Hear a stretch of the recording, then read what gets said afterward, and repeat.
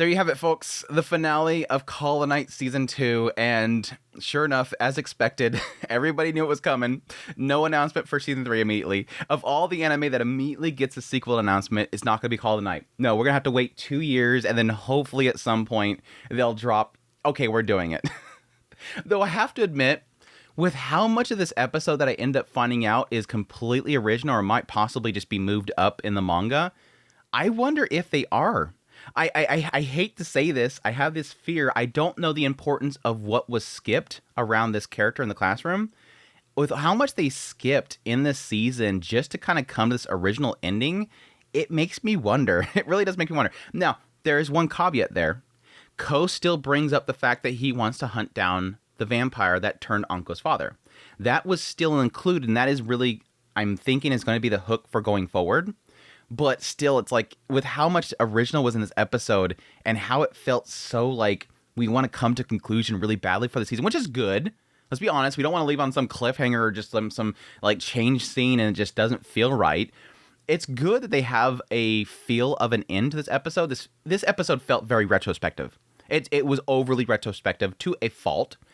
But I wonder if they're going to have a sequel. But anyways, that aside, we'll see later on. I hope so. I want more. I love this series so much.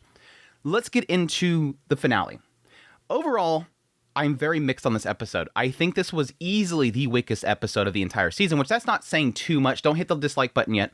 That's not saying too much because the overall season has been incredible. Like I think the moment in which Anko like confronted all of them after the hot springs, or when they were at the hot springs, the bathhouse. When they got to the bathhouse and Anko confronted them, from that point on, it has been like crazy.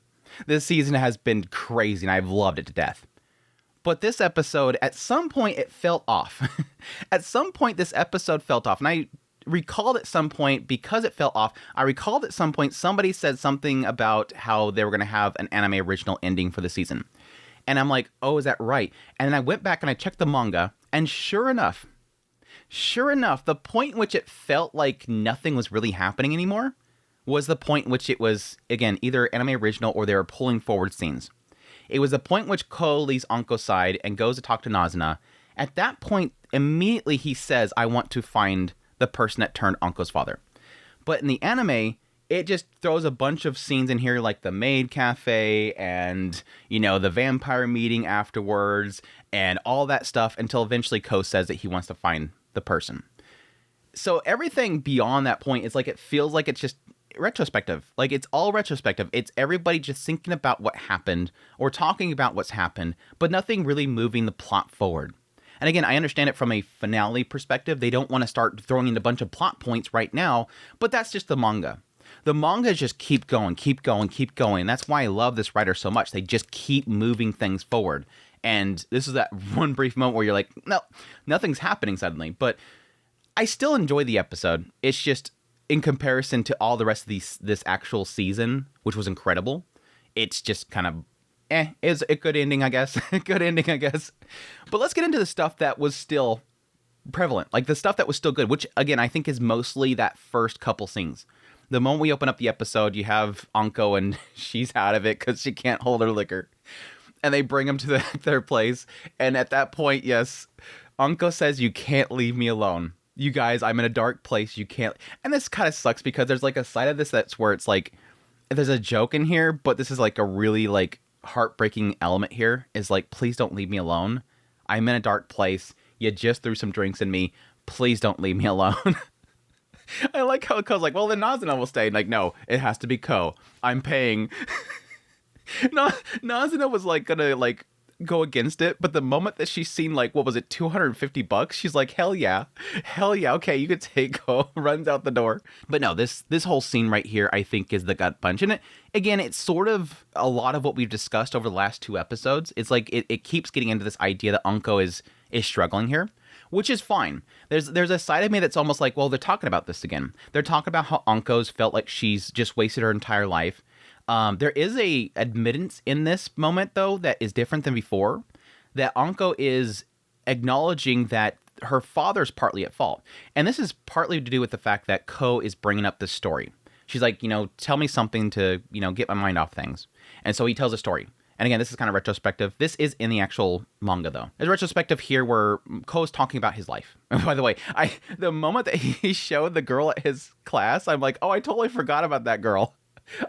It's been so long. But it's like talking about how he's gone through his life, had his troubles at school, goes and does his thing. But then he meets the vampires, starts to meet people that he normally would never have met before, and just learns about people. And I do love that they bring up certain things, like the lady that was having too much troubles at her workplace and that she was, breaking down.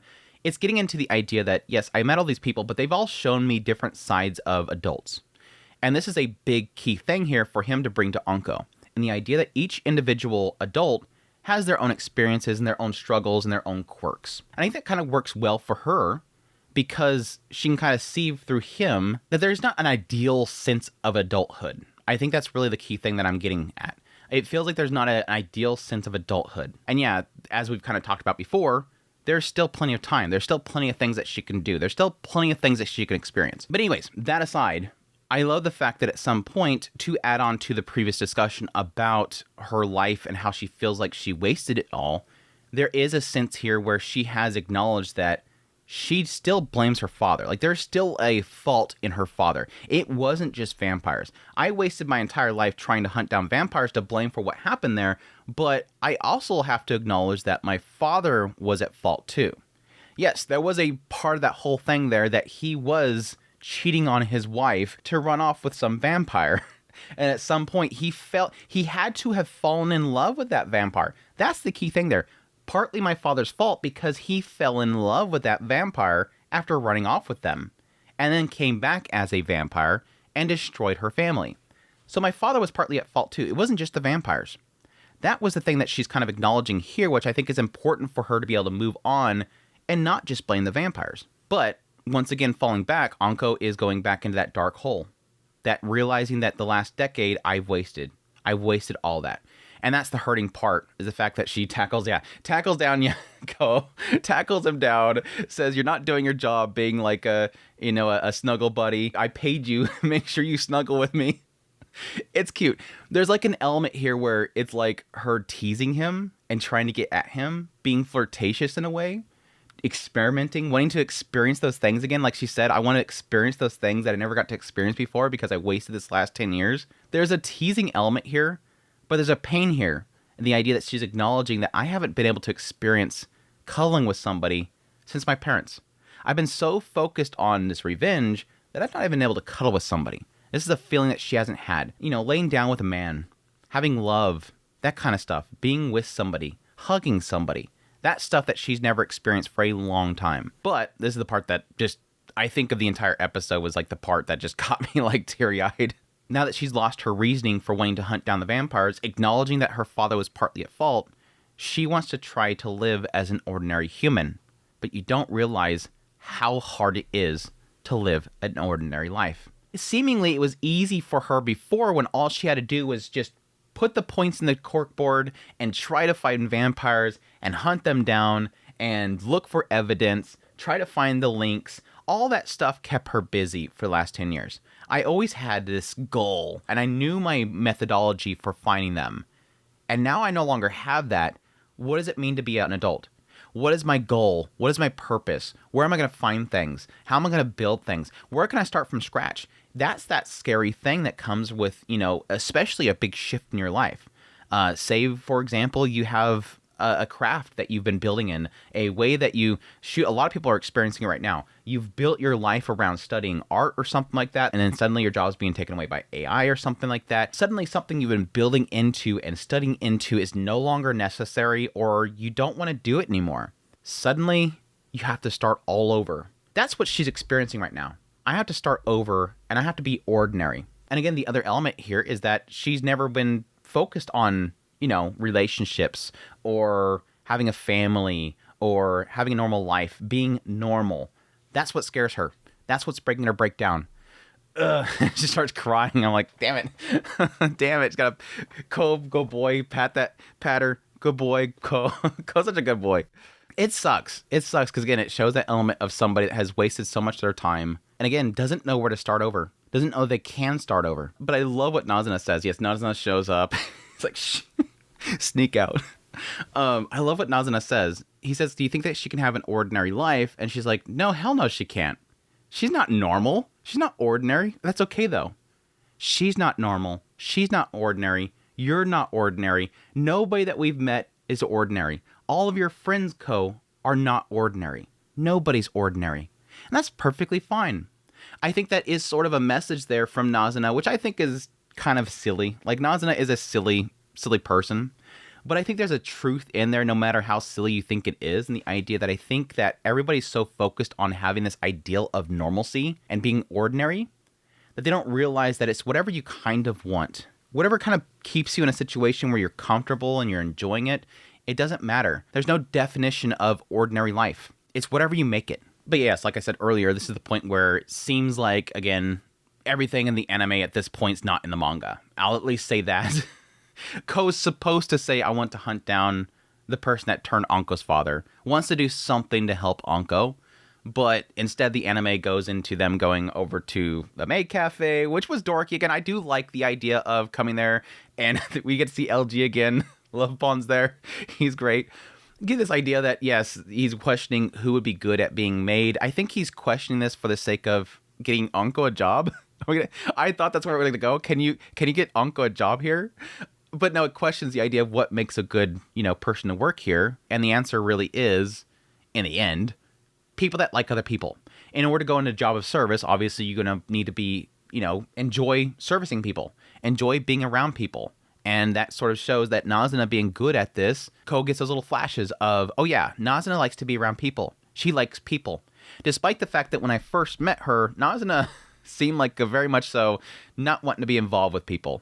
Doing a little color service thing like that in order to get some drink here and there, but it didn't seem like she was very social. She was very disconnected from the other vampires and everything, but now suddenly it seems like she likes to be around people. And yes, that extends to the after scene where they go to the vampires and they're all chatting about stuff, and Nazuna's involved. This time, Nazuna's involved. She's actually in the party. They're talking to her. Kabura's talking about being mama. Yeah, I was actually the first person to see Ko. It's because I was watching Nazuna all the time, making sure that she didn't do anything wrong. Like, literally, Kabura was just, like, watching from a distance, watching her little daughter, going around everywhere. You acting like you're my mom. Why'd you go quiet? It's cute. I love the Kabura admitting to be basically mama mode for Nazuna. I love it. I loved it. This season, I think of all characters, made me fall in love with Kabura the most. I think of all of these characters, Kabura was like just so much development for me. Yes, obviously Anko was an incredible character, but falling in love with a character, it was Kabura. Kabura, 100%. Mama Kabura. It was great. I wanted you to maintain your sense of dignity as a vampire, going around drinking from drunks. But anyways, yeah, it kind of wraps up the whole scene with Ko and Nazuna off to the side, talking about how this is the fun night that it seemed like Anko wanted to destroy, which is basically, yes, the vampires. She wanted to stop the vampires completely, and so something like this would be lost. Yeah, it was talking about an idea of creating a shock within, everybody, and fearing going out at night and having parties because the vampires would be out there, but it's also the idea of getting rid of all the vampires. And yes, right here is where the anime does have him say, I want to find the one that turned her father. I want to hunt that person down. I want to do something for her. And it's cool because she's like, you want to hunt down vampires? Like, no, I don't want to do that. I don't think Anko wants to do that either. He acknowledges that Anko has moved forward. Anko has acknowledged that it was partly my father's fault. It wasn't just the vampires. That's the solidification there that Anko's done with hunting down vampires. He wants to do something for Anko here because he's saying, I want to help her find the person because then that will make the last 10 years not feel like a waste for her. She's going to do what she can to move on. He's acknowledging it seems like she wants to move on. And again, that's a lot to do with the fact that she's given up on the vampires. She wants to move on, but I want to alleviate that pain that's in her that, oh, I wasted 10 years.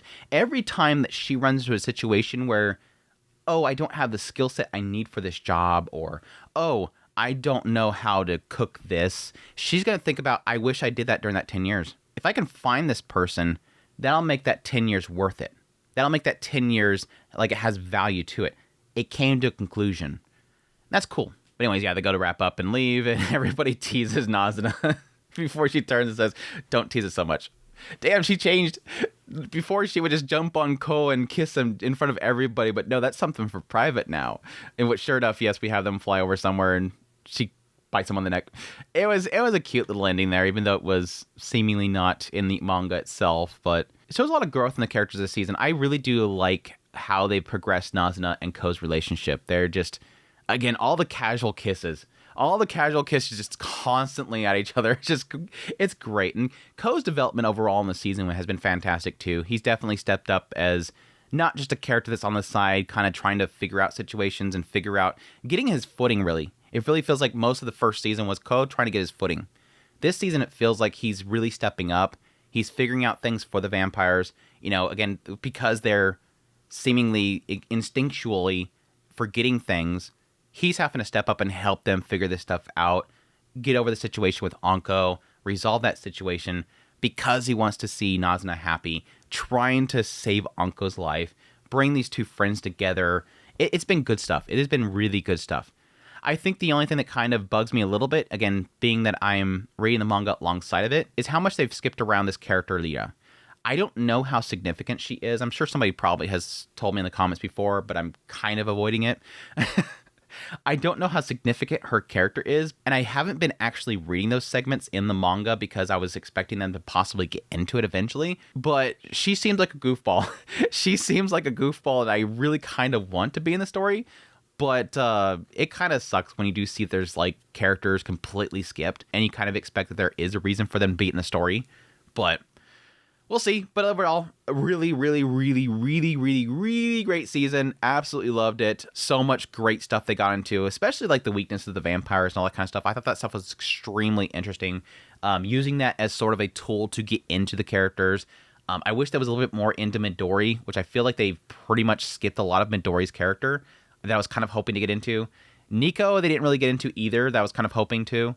But again, we have more season to come, hopefully.